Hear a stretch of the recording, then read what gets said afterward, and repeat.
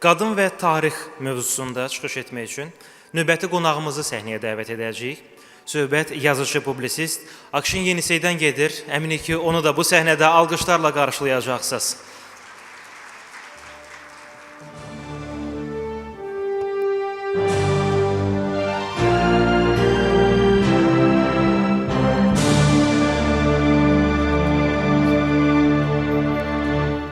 Açıldı bu.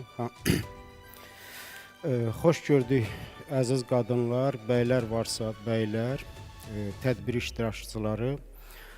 Bugün qadınların ilk zirvə toplantısı keçirilir. Burada əlbəttə ki, söz demək, özdə bəşəriyyətin yarısını təmsil eləmək biraz məsuliyyətli məsələdir. Mənə sadəcə burada fərqlərin bərabərliyi sözünün tarixi haqqında danışmaq üçün bir 10-15 dəqiqəlik vaxt ayrılıb. Bu söz əslində 4000 illik bir tarixin ortaya çıxartdığı bir sözdür. İnsanlar sözləri adətən düşünürlər ki, bədahətən, fikirlər insanın beyninə bədahətən gəlir. Hər bir sözün, hər bir fikrin arxasında milyonlarla insanın həyatı, taleyi var. Eləcə də bu sözün arxasında milyonlarla qadının taleyi var, qadının həyatı var. Ümumi tarixə nəzər salsaq, qadınların tarixdəki həyatın 3 mərhələyə bölünmək olar. Qadının Tanrı ilə eyniləşdirildiyi dövr, qadının şeytanla eyniləşdirildiyi dövr və qadının insanla eyniləşdirildiyi dövr. Qadının Tanrı ilə eyniləşdirildiyi dövr matriarxal çağdır. Yəni, qadın yer üzərində Tanrının təmsilçisidir, yaradılışı təmsil eləyir. Və burada da qadın yenə də fövqəlgüc olaraq gücün təmsilçisi deyil, himayənin təmsilçisidir, şəfqətin təmsilçisidir. İnsanlıq o qadın tanrılarına bərəkətə görə sitayiş eləyirlər. Onlar hamısı bərəkət tanrılarıdır. Sözsüz ki, o dövrdə də kişi tanrılar var, amma onlar fövqəlgücü, yəni gücü təmsil eləyirlər, şəfqəti təmsil eləmirlər. Ümumiyyətlə, bu fərqlərin bərabərliyi qadınlar üçün bir balaca ədalətsiz sözdür. Niyə görə? Çünki kişi təbiətdən gələn enerji ilə gücü təmsil eləyir, qadın gözəlliyi təmsil eləyir. Gözəllik ilə güc arasında bərabərlik işarəsi qoymaq bir balaca ədalətsiz qərardır. Yəni, kişinin gördüyü hər işi qadının da görməsi qadına qarşı ədalətsizlikdir. Bu mənim fikrim deyil, bu mövzularda yazmış filosofların və belə deyək, sosioloqların fikirləridir. Mən əslində bu mövzu ilə bağlı bir xeyli belə deyək, qeydlərim var idi, amma zamanımız azdır. Dediyim kimi, o 4000 il əvvəl ki, mis kəşf olunanda artıq matriarxal çağ başa çatdı. Niyə görə? Çünki o dövrdə misin kəşfinə qədər ailənin dolanışığı, qəbilənin dolanışığı qadından asılı idi. Qadın bitki kökləri ilə, yığıcılıqla məşğul olub, ailəni, qəbiləni saxlaya bilirdi. Kişilər daş alətlərlə silahlandığına görə evə əli boş gəlirdilər. Nüfuz qadının tərəfində idi. Amma mis kəşf olunandan sonra silahlar ki təkmilləşdi, kişi artıq ailəyə, evə, mağaraya əli dolu gəlməyə başladı və daha dadlı, daha enerjili ət gətirməyə başladı. Qadınlar burada yavaş-yavaş könüllü olaraq özləri hakimiyyəti təhvil verdilər. Düzdür, burada artıq kişilərin o evə əli dolu gəlmək, artıq söz sahibi olmaq statusu qazanmışdılar. Amma bu statusun arxasında biraz da qadınların könüllülük prinsipi var idi.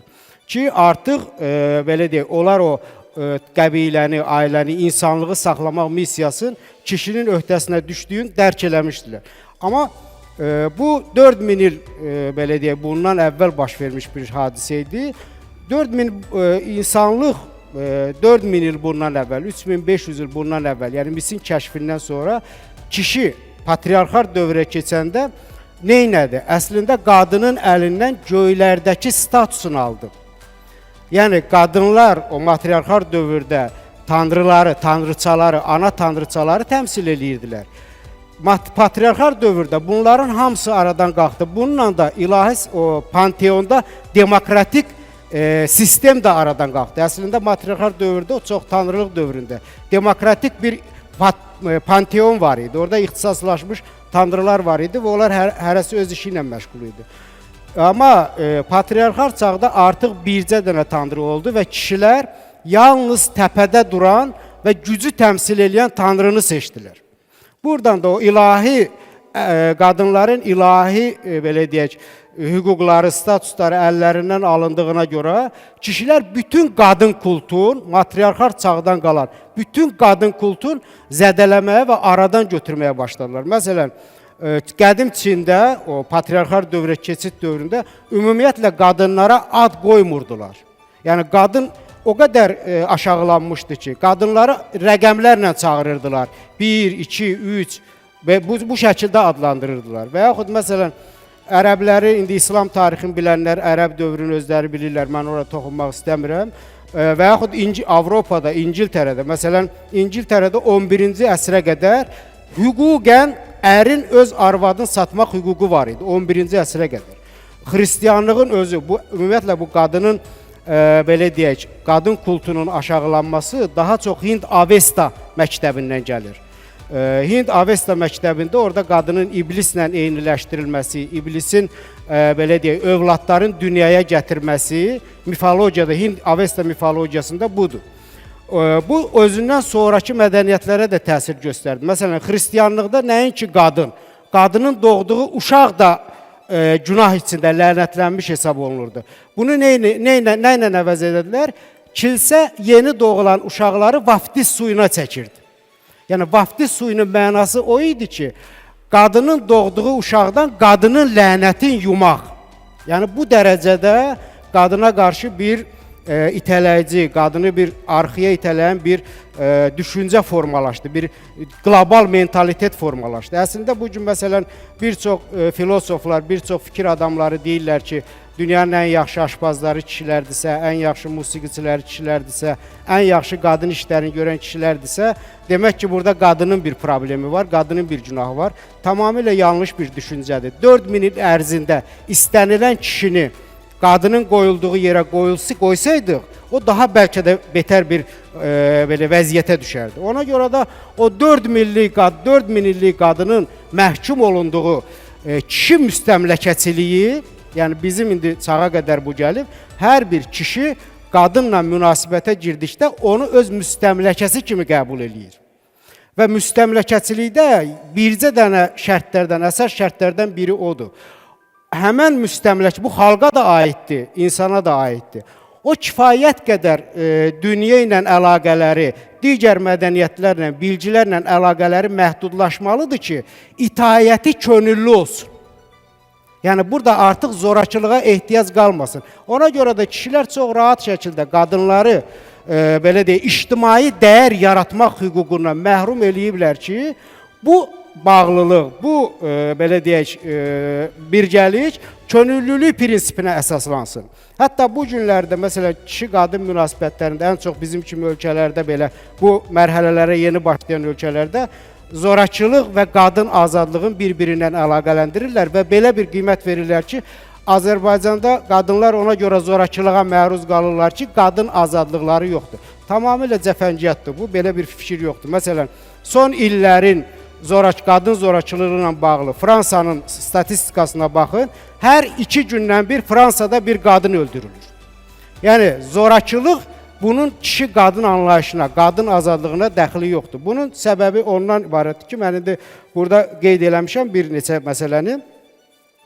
Məsələn, bugün o zorakılığın bir səbəblərindən bir neçəsini deyəcəm. Bugün artıq xoşbəxtlik və azadlıq layihələşdirilmiş bir duyğular üzərindədir. Yəni, bir qadın və yaxud bir kişi xoşbəxt və azad olmaq istəyirsə, bunu layihələşdirir.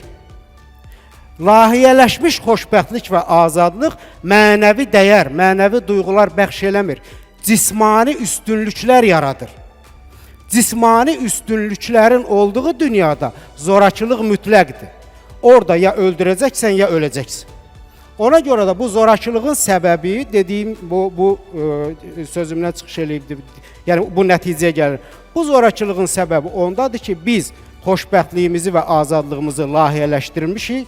Bu da bizim cismaniləşməyimizə, cismani üstünlük, hegemonluq deyirlər ona, əldə etməyimizlə nəticələnir. Ortalığa da bu şəkildə zorakı, belə deyək, məsələlər çıxır. Bizim bu Charles Fourier'in fərqlərin bərabərliyi dediyi ifadəyə gələnə qədər əslində kişi-qadın bərabərliyi özü də belə deyək, gələcəyin gözü ilə baxanda biraz yanlış ifadədir. Yəni qadın ona görə dəyər qazanmır ki, o kişiyə bərabər tutulur. Yəni biz sanki məsələn orta əsrlərdə kilsə və din fəlsəfəsi belə bir sual qoyurdu.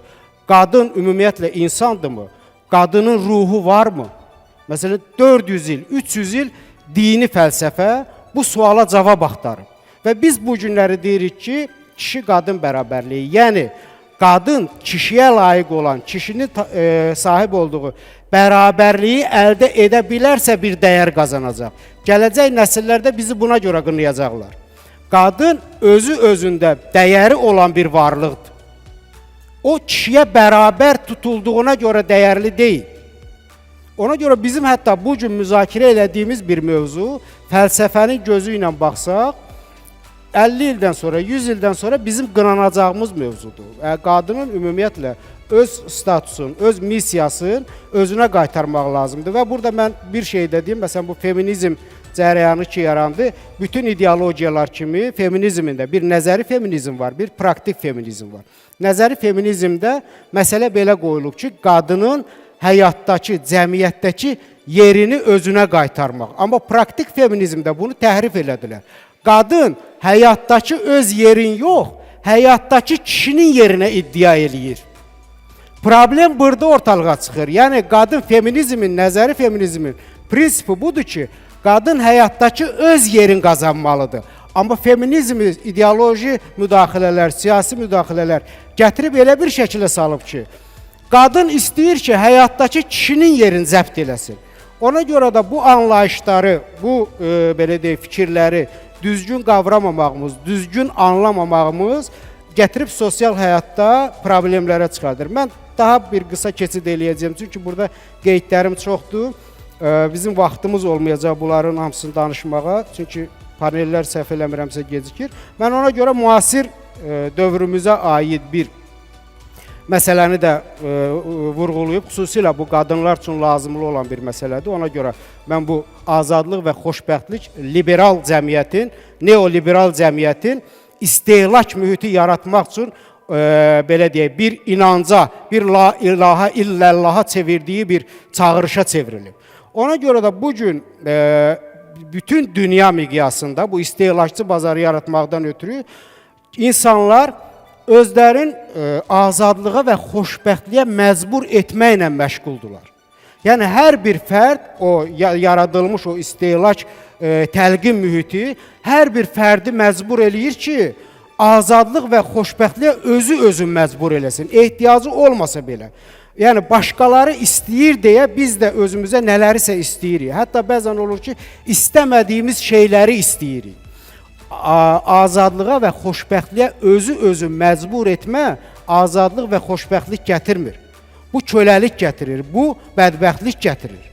Çünki bütün hallarda bir var insanı başqa bir insan, başqa bir qüvvə buna vadar eləsin, buna məcbur eləsin. Bir də var insan özün buna psixoloji cəhətdən vadar eləyir və bu da nəyə gətirib çıxardır? Bu da ona gətirib çıxardır ki, cəmiyyətdə hər təsadüfi bilgilərlə silahlanmış psixoloqların sayı artır.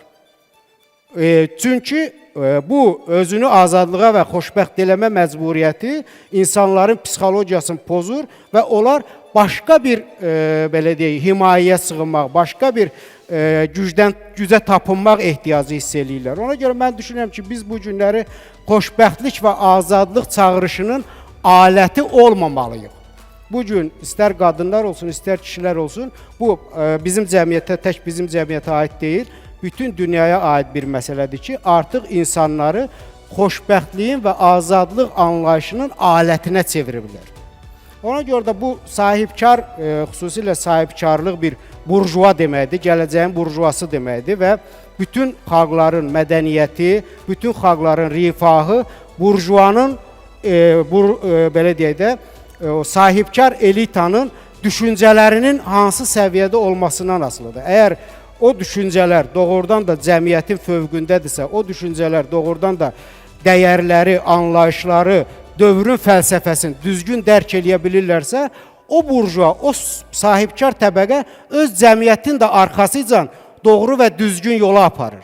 Yox, məsələn, orada o formalaşan burjua, orada formalaşan kapital sahibləri dünyadan bir xəbərsizdirlərsə, fəlsəfədən, sosiologiyadan, mədəniyyətin yeni çağırışlarından xəbərsizdirlərsə, orada artıq geriləmə baş verir, orada cəmiyyətin degradasiyası baş verir. Mən indi bu pessimist notlarla bitirmək istəmirdim sözləri. Bu qadınların sahibkar qadınların ilk toplantısıdır. Bu mövzuda məhz bəlkə də vaxt olsaydı səhərə qədər danışardım. Mən sizə öz işlərinizdə uğurlar arzulayıram. Öz belə deyək, biznesinizdə, öz sahibkarlıq fəaliyyətinizdə uğurlar arzulayıram və oxuduğum kitablardan gəldiyim qənaət budur ki, 21-ci əsr olmasa da 22-ci əsr qadınların əsri olacaq. Çünki texnologiyanın inkişafı əməyi yüngülləşdirdiyinə görə sadəcə intellektual güc hesabına artıq biznes mühitində, artıq dünya idarə olunmasında fiziki gücə ehtiyac qalmadığına görə və qadınların da önü əksər cəmiyyətlərdə açıldığına görə proqnozlar bunu göstərir ki, 21-ci əsr yox, 20-ci əsrlərə tez olur. Amma 20-ci əsr 100% belə bir düşüncə var ki, qadın əsri olacaq. Sizi bir daha təbrik edirəm bu münasibət.